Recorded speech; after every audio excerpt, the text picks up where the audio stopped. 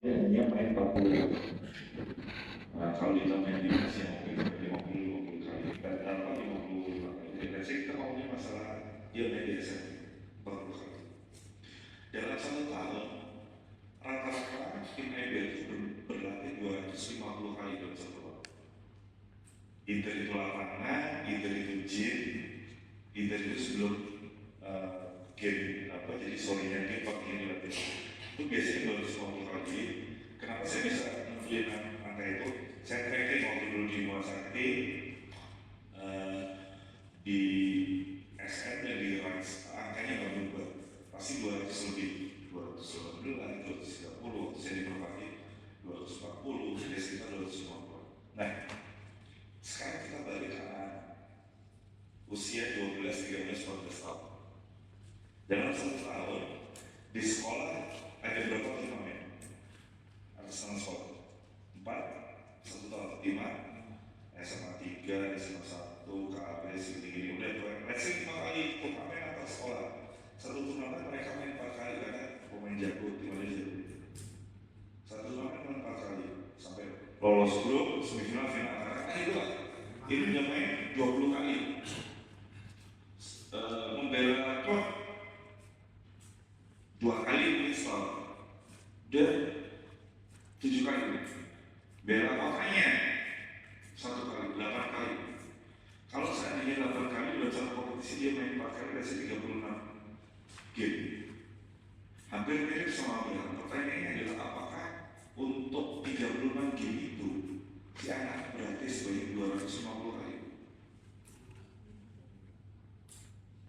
Iya bos, kita SMP latihan seminggu 10 kali bos.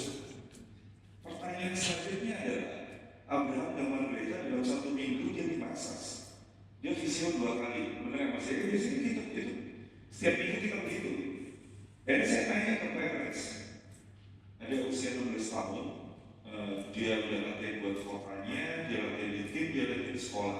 1 minggu dia latihan 6 kali. Saya nanya, Pak, kapan terakhir kali Bapak nganterin si anak untuk sport massage? Apa itu sport massage? Buset. Kesimpulannya cuma 2. Berarti kita itu lagi membuat anak-anak lebih jago dari Abraham zaman kita. Atau yang kedua, kita bikin parent tolol. Ya. Sorry saya kata-kata kasar ya, tapi itu jelas loh bos.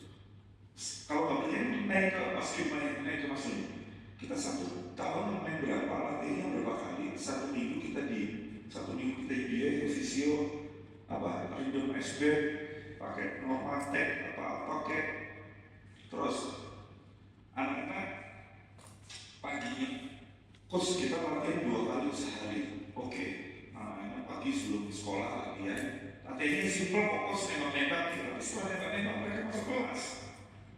Nah, di MBR habis latihan pertama, setelah latihan pertama balik ke mes tidur.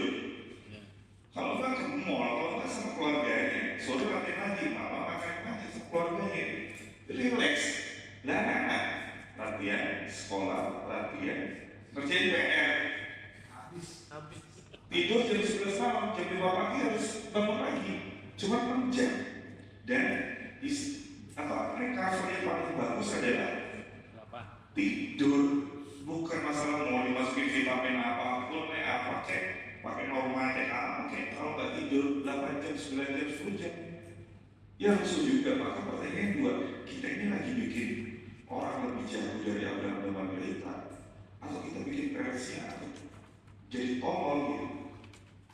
Dan pers itu ya oke siap, persnya tolol, artinya itu karena padahal dia masih 12 tahun, 13 tahun. Nah, coachingnya jadi harus hati-hati tentang pasal ini. Berikutnya kan menarik loh, karena udah jadi undang-undang. Berikutnya ini, hak dan kewajiban orang tua.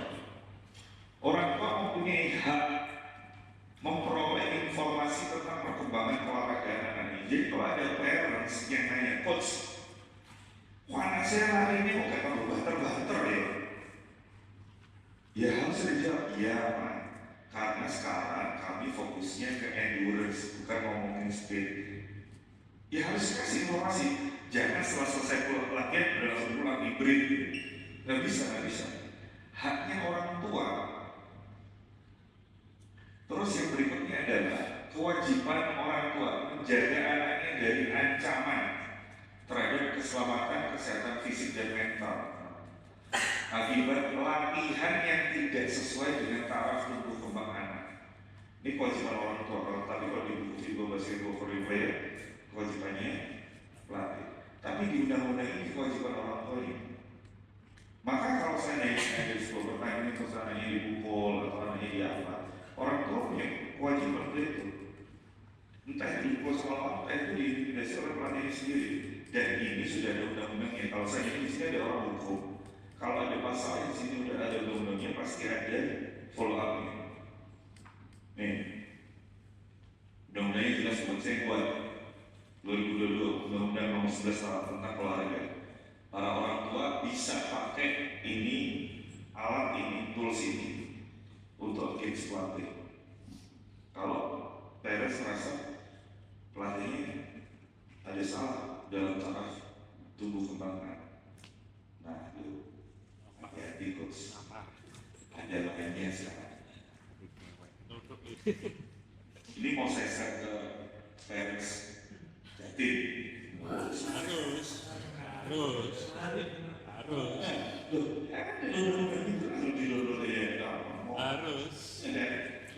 ini haknya orang tua.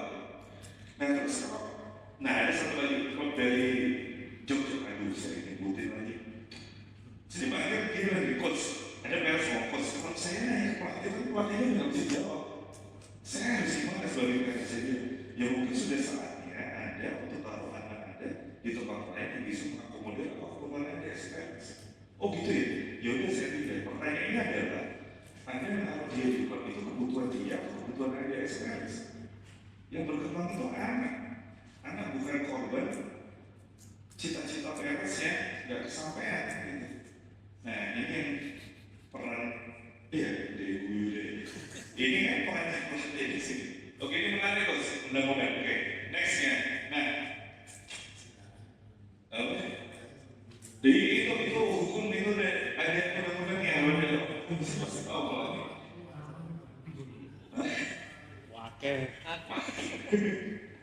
Ini course education platform ya di FIBA. Jadi kalau Anda bikin ABC itu ada namanya course education platform, tapi face-nya nggak kayak gini sekarang berubah. Ini ada 4 hal, ada mini basket, level 1, level 2, level 3. Bahkan sebelumnya ada tentang staff coaching sama coach workbook. Di situ ada dari practice banyak banget. Di sini FIBA itu udah menjelaskan rentetan dari mini basket level 1, level 2, level 3. Harusnya alternatifnya apa aja di buku ini ada. Sudah diterjemahkan ke 32 bahasa. Alhamdulillah bahasa Indonesia adalah masuk salah satunya. Tapi ada beberapa rekan yang menerjemahkan keempat buku ini. Di course education platform dijelaskan bahwa anak-anak datang pelatihan itu tidak sama loh alasannya. Kalau anak-anak datang pelatihan itu tidak sama alasannya. Ada yang cuma PLC pengen coach dia caranya anaknya nggak gedut-gedut kayak saya gitu.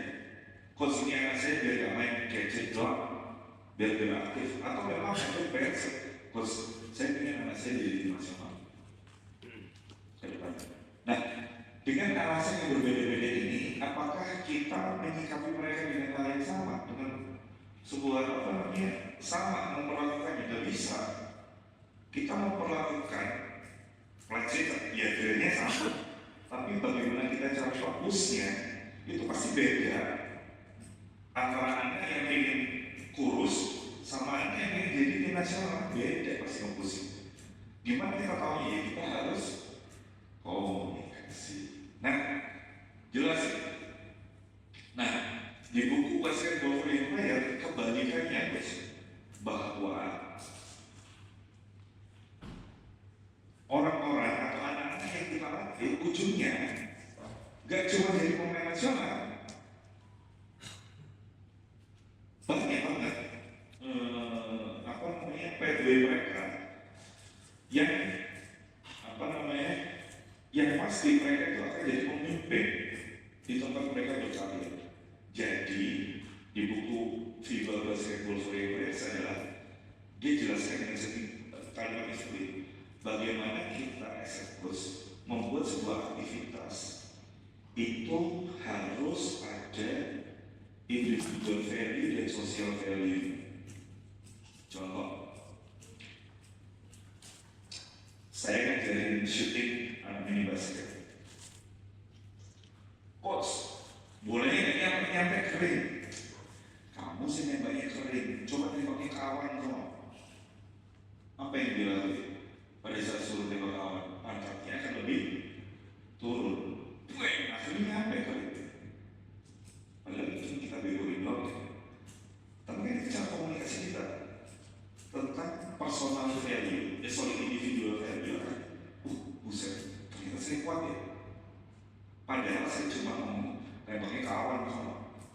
Nah, tentang social value, passingnya nggak bagus sih, passingnya boy, passing is giving. Gimana sih kalau kamu mau berikan kue ke temen? Gimana kalau kamu berikan barang ke temen? Emang kamu lempar? Coba passing itu dirubah, passing is giving. Itu kan social value yang akhirnya akan berdampak pada saat mereka jadi ini. Tapi kalau drill doang, masukin bolanya, masukin fokus. Buat 50 kali masuk dalam 2 menit, 3 menit. Tanpa kita ada pendampingan tentang individual dan sosial value. Tapi itu susah banget, emang susah. Saya juga susah juga ngomongin itu. Gitu. Tapi itu jelas di buku Basketball for Players, jelas disebutkan masalah itu. Nah, ini pembukaan ini kita belum ke materi level 2. Saya masih menyimpulkan apa yang di FIBA, apa yang di FIBA tentang development, guideline development tadi. Oke, ini yang namanya mini basket, itu 12 tahun ke bawah, dan ada yang namanya basket beneran. Kenapa saya ngomongnya basket beneran dimulai dari usia 16 tahun? Ya karena di usia 16 tahun dimulai kejuaraan FIBA menggunakan peraturan FIBA resmi. Sebelum itu kan di bawah usia 16 tahun ya. Dan FIBA ada ya tahun 16 ke atas, nggak ada tahun 15 atau 14. Nah, yang penting adalah di sini, ini ada yang nyebut namanya fase pasarela atau fase peralihan antara mini basket ke basket. Di fase ini jadi krusial, apakah anak-anak itu akan saya akan berkarir di basket, atau saya bisa berprestasi di basket, atau ya basket cuma jadi rekreasi doang untuk olahraga sehari-hari. Nah, di fase ini nyambung dengan sisi psikologi ternyata terus. Di usia 13 tahun itu anak-anak ini dikenal sebagai apa? Jadi kalau anak-anak Anda punya pemain usia 13 tahun, itu latihannya paling begini. Hari ini jago banget, latihan Selasa sama Jumat, Selasa jago banget, jago hapus, Jumat bangke banget. Itu jadi kalau 13. Kenapa? Karena di 13 tahun itu mereka, saya ini ingin dikenal sebagai siapa? Saya ingin dikenal itu sebagai apa? Sebagai pemain basket kan? Sebagai shooter yang jago? Sebagai, nah itu di usia 13 tahun. Makanya sesuai. Nah, ini kita ngomongin masalah fase secara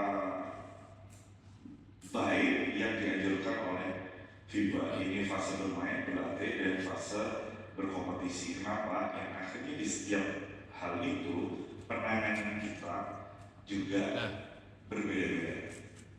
Ada kristal, ada fundamental, berlatih, dan segala macam. Nah, bedanya apa coach? Contoh ini saya bilangnya belajar untuk berlatih. Boleh, kalau kita latihan jam 4, besok-besok datangnya setengah 4. Bawa minum, bawa baju ganti, bawa celana panjang. Setelah latihan jam 6 selesai, ganti baju. Dia belajar untuk latihan yang proper di usia. Nah, bedanya apa dengan olahraga yang lain? Yang olahraga individu, olahraga yang lain itu nggak ada ini. Ini nggak ada di renang, di gimnastik, ini nggak ada. Itu kenapa di Olympic Games mereka udah dapat medali. gimnastik gitu, 12 tahun renang, 12 tahun jago tuh, selain gitu. Tapi kalau di olahraga bergu, basket, sepak bola itu harus ada ini, harus ada fase bermainnya dulu sebelum berlatih dan berkompetisi. Karena bola basket itu disebutnya adalah late maturity sport, olahraga yang tingkat kematangannya itu late banget, yang matangnya itu di usia late. Makanya golden age-nya waktu itu Koni sama Coach sepakat di 24 sampai 27 tahun golden age-nya di basket. Itu udah jago banget basket, mentok di usia itu, bukan sebelum itu. Kenapa seperti itu? Susah banget. Misal U12, di saat mereka egois, kita suruh mereka passing. Waduh, susah ya bos.